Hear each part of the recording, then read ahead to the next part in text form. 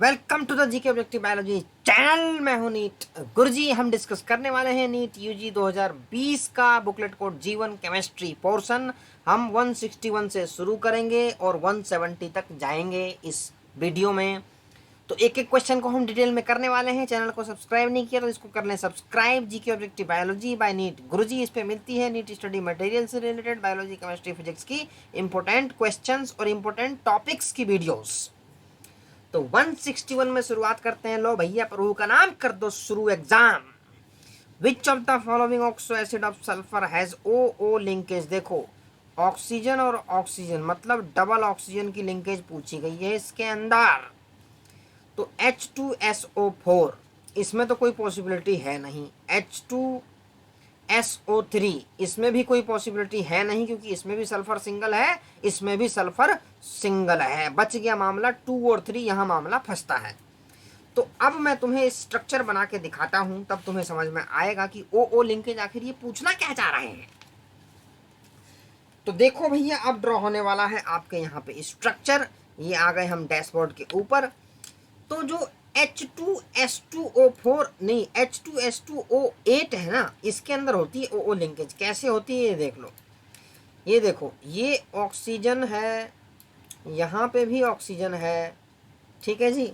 ये ऑक्सीजन यहाँ जुड़ जाएगी तुम्हारी सल्फर, यहाँ सल्फर जुड़ जाएगी, यहाँ आ जाएगी डबल बॉन्ड में ऑक्सीजन, यहाँ पे आ जाएगी डबल बॉन्ड में ऑक्सीजन, ठीक है जी। और यहाँ जुड़ा होता है तुम्हारा OH।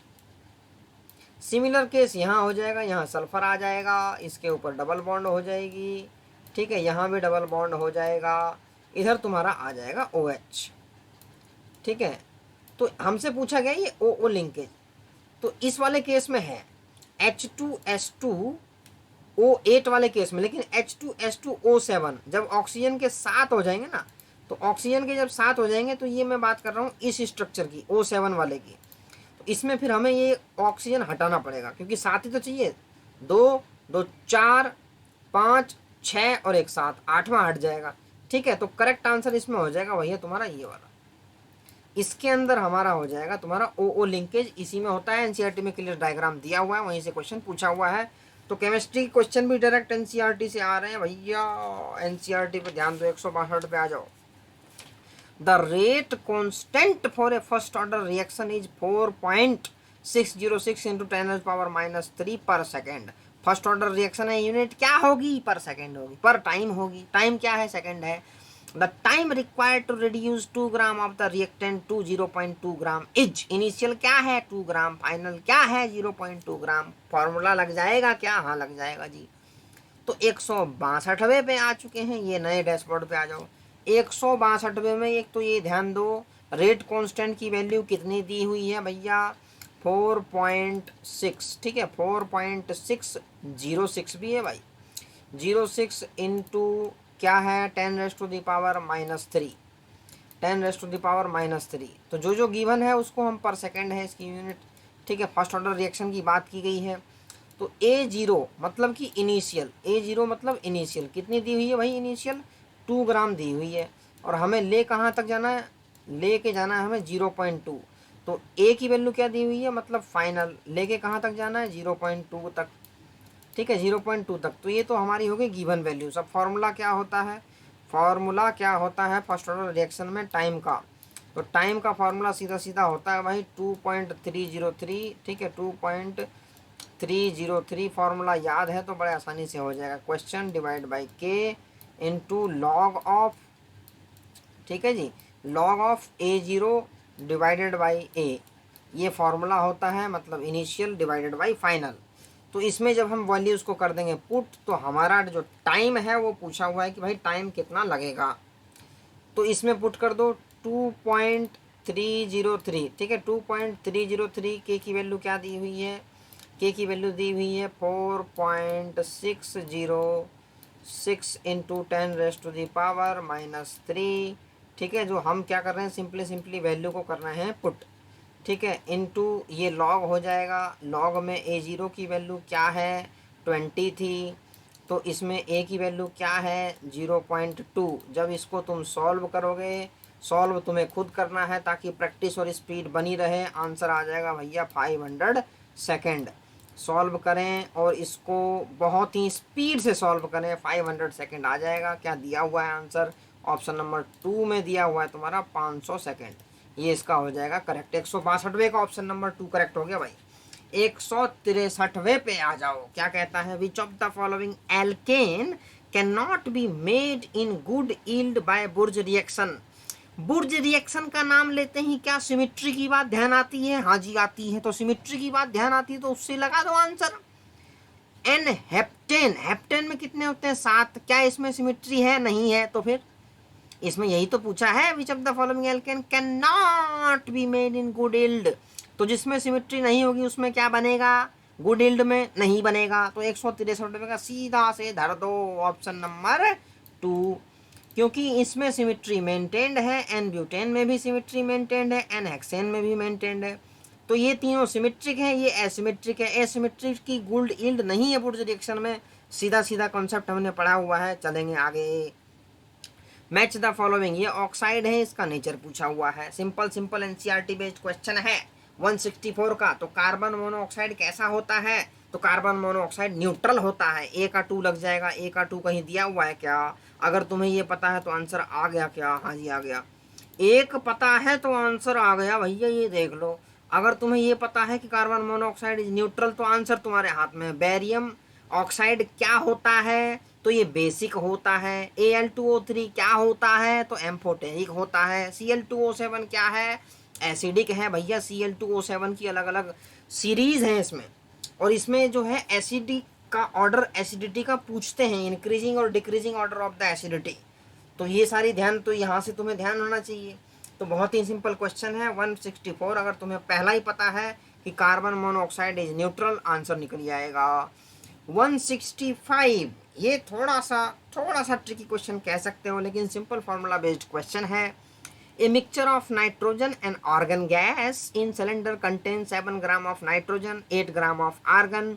7 ग्राम नाइट्रोजन का है, 8 ग्राम आर्गन का है। If the total pressure of the mixture of gas 27 bar है, the partial pressure of nitrogen इसमें से पूछा हुआ है। एटॉमिक मास इन ग्राम पर मोल में, n इज इक्वल टू 14। ठीक है, 14 लेना पड़ेगा, आर्गन का 40 लेना पड़ेगा, इन्होंने दिया हुआ है। हमें निकालना है पार्शियल प्रेशर ऑफ नाइट्रोजन का। तो जो सिंपल फार्मूला होता है, अब हम चलेंगे डैशबोर्ड पे। ये आ गया भैया डैशबोर्ड पे। तो partial pressure of a particular component PI is equal to क्या हो जाएगा? उसका मोल फ्रैक्शन तुम्हें पता होना चाहिए XI, ठीक है, इनटू टोटल प्रेशर पता होना चाहिए। टोटल प्रेशर अगर पता है तो उससे मल्टीप्लाई कर दोगे, तुम्हारा आंसर निकल जाएगा partial pressure of that particular component. ठीक है जी। तो पार्शियल प्रेशर ऑफ नाइट्रोजन जो हम फार्मूला लगाने वाले हैं, partial pressure of nitrogen, partial pressure of nitrogen is equal to क्या हो जाएगा? Mole fraction of the nitrogen. तो mole fraction of the nitrogen क्या हो जाएगा? Number of moles of nitrogen. ठीक है, number of moles of nitrogen divided by number of moles of nitrogen plus number of moles of argon, number of moles of argon. तो ऐसी तो निकलता है mole fraction, mole fraction into total pressure कितना है? Total pressure कितना भाई? P है। ठीक है जी। तो क्या हो जाएगा? Number of moles of the nitrogen, given mass कितना है? 7। सिर्फ नाइट्रोजन का 14 है, N2 का कितना हो जाएगा? 28 डिवाइड बाय मोलर मास। ठीक है, अपॉन, तो इसमें से फिर यही आ जाएगी कहानी, 7 अपॉन में 28। ठीक है जी, प्लस इसमें कर दो प्लस आर्गन का कितना भाई given mass? Given mass argon का 8 ग्राम है, इसका जो एटॉमिक मास है वो 40 ग्राम है। तो ये आ गया मोल फ्रैक्शन। इनटू में टोटल प्रेशर कितना है? 27 बार है, 27 बार में प्रेशर दिया हुआ है भाई। तो जब इसको करोगे कैलकुलेट तो आ जाएगा आंसर 15 बार। मैथमेटिकल कैलकुलेशन करनी है बहुत फास्ट ताकि आंसर निकल जाए। तो करेक्ट आंसर हो जाएगा 15 बार। ठीक है जी। तो इस तरीके से 15 बार ऑप्शन नंबर 2 में करेक्ट है। सिंपल सा क्वेश्चन है, मोल फ्रैक्शन बेस्ड का। 165वें का हो गया है। 166 में कह रहे हैं an alkene on ozonolysis gives methanol as one of the product, its structure is. तो ओजोनोलिसिस में मिथेनॉल मतलब CH3CHO। ठीक है जी, मिथेनॉल का स्ट्रक्चर बनने वाला है तो CH2O। ओके ओके, सो मिथेनॉल में क्या बनेगा भाई? CH2O बनेगा। तो CH2O जब किस में रिलीज होगा, तो 166 में। देखो यहाँ डबल बॉन्ड है, CH2 CH double bond CH2, यहाँ से तुम्हारा निकल जाएगा एक CH2 निकल जाएगा, इसमें लग जाएगा ऑक्सीजन, तो यहाँ से बन जाएगा मिथेनॉल। तो एक ही प्रोबेबिलिटी है इसमें 2 में, ठीक है। जितने भी दिए हुए हैं ये तुम्हारा सेकंड में प्रोबेबिलिटी है मिथेनॉल के निकलने की, ठीक है। तो CH2CH यहीं से निकलेगा, ठीक है जी। तो करेक्ट आंसर हो गया तुम्हारा ऑप्शन नंबर 2। ऑप्शन नंबर 2 ही तुम्हारा इसमें करेक्ट है, क्योंकि इसी में से यहाँ ओजोनोलिसिस यहाँ मारेगा ना कट, ओजोन जो है यहाँ मारेगा कट। जब यहाँ कट मारेगा तो CH2CH डबल बॉन्ड O, और उसके बाद CH2 को ले उड़ेगा, उसके साथ लग जाएगा ऑक्सीजन का। ये देख लो, रिएक्शन से तुम्हें ज़्यादा अच्छे समझ में आएगा भाई। ये देखो, ये जो है प्रोबेबिलिटी, अब हम अगर इसको मैं ड्रॉ करूँ, ये डायग्राम, ठीक है जी, ये डायग्राम ये बन गया, ठीक है। ये बन गई तुम्हारी बेंजीन रिंग, यहाँ है भैया CH2, ठीक है जी, CH2 है, इसमें लगा हुआ है CH, ठीक है, इसमें डबल बॉन्ड है, ये CH2 है। ओजोनोलिसिस हम कराने वाले हैं, ओजोनोलिसिस O3, ठीक है। ओजोनोलिसिस ये कर देगा यहाँ पे अटैक। जब यहाँ पे अटैक करेगा तो क्या बन जाएगा, एक ऑक्सीजन तुम्हारा यहाँ पे जुड़ जाएगा, ऑक्सीजन यहाँ पे जुड़ेगा, और एक ऑक्सीजन इसके साथ लेके इसको निकल लेगा, CH2 डबल बॉन्ड O, ठीक है जी। ये बन गया तुम्हारा मिथेनॉल, CH2, ठीक है, HCHO भी बोल सकते हो इसको, तो ये बन गया तुम्हारा मिथेनॉल। तो ऑप्शन नंबर 2 में इसके अंदर जो प्रोबेबिलिटी है, तो करेक्ट आंसर हो जाएगा इसका ऑप्शन नंबर 2, 166 का। 167 का कह रहे हैं भाई, 167 में कह रहे हैं कि the freezing point depression constant of benzene is 5.12 kilogram पर मोल, ठीक है जी। फ्रीजिंग पॉइंट डिप्रेशन कांस्टेंट दिया हुआ है, the freezing point depression of for solution of molality 0.078 molal containing a non electrolyte solute in benzene is. तो 167 का simple सा इसमें ट्रिक है, सिंपल सा फॉर्मूला लगने वाला है, ये हम आ चुके हैं। फ्रीजिंग पॉइंट डिप्रेशन कांस्टेंट कितना दिया हुआ है, KF की वैल्यू क्या दी हुई है भाई, 5.12, ठीक है जी, 5.12 केल्विन किलोग्राम, ठीक है, पर मोल में दी हुई है। अच्छा जी, ये तो हमें गिवन है। अच्छा, मोलालिटी कितनी दी हुई है, मोलालिटी इज इक्वल टू 0.078, ये मोलालिटी हमको दी हुई है। तो I is equal to 1 for non electrolyte solute. ये तुम्हें यहाँ ये ध्यान रखना कि I जो है, I की वैल्यू होती है 1, किसके लिए, नॉन इलेक्ट्रोलाइट के लिए। अगर तुम्हें ये ध्यान है तो इससे बड़े आसानी से क्वेश्चन हो जाएगा। नॉन इलेक्ट्रोलाइट के केस में, ठीक है जी, I इज इक्वल टू होती है इलेक्ट्रोलाइट, इसके केस में तुम्हारी जो होती है वो वैल्यू होती है I की 1। तो जो सिंपल सा फॉर्मूला है वो डेल्टा TF, ठीक है जी, delta TF change in freezing, ठीक है, KF ये है depression constant into M into I। ये सिंपल सा फॉर्मूला है, इस फॉर्मूले पे बेस्ड ही हमें इसका आंसर निकालने वाले हैं, ठीक है जी। इसमें सिंपल सा फॉर्मूला है, फ्रीजिंग पॉइंट डिप्रेशन कांस्टेंट हमें दिया हुआ है, हमें निकालना है freezing point depression for the solution of molality of 0.08 molar containing non electrolyte solute in benzene, ठीक है जी। तो ये निकालना है, ये आ गए हम इसके ऊपर। अच्छा, अब हमें KF की वैल्यू दी हुई है, हाँ दी हुई है। क्या मोलालिटी की वैल्यू दी हुई है, दी हुई है।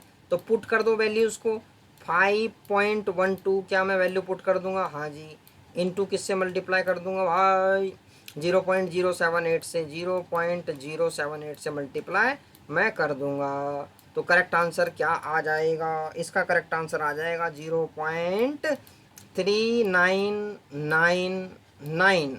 तो जब मैं अप्रोक्सीमेशन में ले जाऊंगा तो 0.40 केल्विन इसका आंसर आ जाएगा, ठीक है जी। तो correct answer will be 0.40 kelvin. तो हमसे यही पूछा हुआ है, तो करेक्ट आंसर हो गया आपका option number 2 is the correct answer. ठीक है जी। 167 168 बहुत सिंपल क्वेश्चन है भाई। ये कह रहे हैं कि the correct option for free expansion of an ideal gas under adiabatic condition. कौन सी कंडीशन है भाई? एडियाबैटिक कंडीशन है। तो 168 में एडियाबैटिक गैस का क्या एडियाबैटिक कंडीशन है। ठीक है, एडियाबैटिक कंडीशन में free expansion of ideal gas हो रहा है, तो कौन सी सिचुएशन सही होगी? तो वर्क डन क्या हो जाएगा? 0। Work done will be 0। तो delta T is equal to 0। तो D T is equal to ये भी 0, चेंज इन टेम्परेचर भी 0। ठीक है जी। तो इसमें जो है Q इज इक्वल टू 0 हो जाएगा, W इज इक्वल टू 0 हो जाएगा। तो Q is equal to 0, W is equal to 0, delta T is equal to 0। जब सारा ही 0 है तो करेक्ट आंसर क्या हो जाएगा? Option number 4 is the correct answer. ठीक है जी। तो 168 जब एडियाबैटिक कंडीशन में free expansion of the ideal gas हो जाएगा तो Q भी 0 होगा, डेल्टा T भी 0 होगा, W भी 0 होगा। 168 का हो गया। 169 में कह रहे हैं which one of the following has maximum number of atoms. देखो, एटम्स की जब हम बात करते हैं नंबर की, तो 1 mole of the substance contain 6.233 into 10⁻23, that is Avogadro's number. ठीक है, तो ये होते हैं 1 मोल में। अब 1 मोल में कितने ग्राम होंगे उसके एटॉमिक मास पर डिपेंड करता है। तो देखो, 1 ग्राम ऑफ मैग्नीशियम में कितने होंगे तुम्हारे मैक्सिमम नंबर ऑफ एटम्स पूछा है, मॉलिक्यूल नहीं पूछा, ये ध्यान रखना है। तो एटम्स, ठीक है जी। तो 1 ग्राम में मैग्नीशियम में कितने हो जाएंगे? 1/24। और दो अदर क्वांटिटी हो तो कांस्टेंट रहेगी एवोगैड्रोस नंबर, तो इसका हो गया 1/24। और इसका क्या हो जाएगा? 1/32, क्योंकि ऑक्सीजन का 16 है ना, तो O2 का कितना हो जाएगा? 1/32। इसका 1/24। 1 ग्राम ऑफ लिथियम कितना हो जाएगा? 1/7। 1 ग्राम ऑफ ये है सिल्वर, ठीक है, 1/108। तो सबसे कम किस में आ रहा है? रेशो। तो सबसे जो डिनोमिनेटर सबसे कम किस में है? इसमें। तो सबसे ज़्यादा एटम्स इसमें ही होंगे। ठीक है जी। तो 169 का करेक्ट आंसर हो जाएगा ऑप्शन नंबर 3, क्योंकि जो नंबर ऑफ एटम्स होते हैं वो होते हैं given mass divided by molar mass. तो 1/7 का जो है सबसे हाईएस्ट आएगा तुम्हारा फ्रैक्शन। तो ऑप्शन नंबर 3 करेक्ट हो जाएगा 169 का। 170 में कह रहे हैं identify compound X in the following sequence of reactions. तो हमको X आइडेंटिफाई करना है 170। क्वेश्चन नंबर 170 में X को आइडेंटिफाई करना है। सिंपल सी रिएक्शन दी हुई है। ठीक है जी। ये चलेंगे हम इधर डैशबोर्ड पे और बनाएंगे रिएक्शन को। ये है तुम्हारा टोलुइन, ठीक है जी, ये इस तरीके से बन रहा है। ये रिएक्शन हो गई, ये बन गई बेंजीन रिंग। यहाँ हो गया तुम्हारा मिथाइल ग्रुप। ठीक है जी। इसमें क्या आ रहा है? Cl2। ठीक है जी। ये आ गई तुम्हारी एनर्जी। अब जो प्रोडक्ट बनने वाला है वो क्या बनने वाला है? तो यहाँ सिंपल सा है, कोई ज़्यादा इसमें ट्रिक है नहीं, सिंपल सी ऑर्गेनिक रिएक्शंस है ये। यहाँ पे तुम्हारा रह जाएगा कार्बन, यहाँ पे एक हाइड्रोजन आ जाएगा, इसके बाद तुम्हारे 2 हाइड्रोजन को कर देगा रिप्लेस, कौन? क्लोरीन। तो ये तुम्हारा प्रोडक्ट बनने वाला है। ये देख लेते हैं किस में दिया हुआ है। तो option number CHCl2 option number 2 में दिया हुआ है। इसके साथ ही हमने कर लिए हैं भाई 10 क्वेश्चन। तो जी के ऑब्जेक्टिव बायोलॉजी चैनल को कर लें सब्सक्राइब बाय नीट गुरुजी।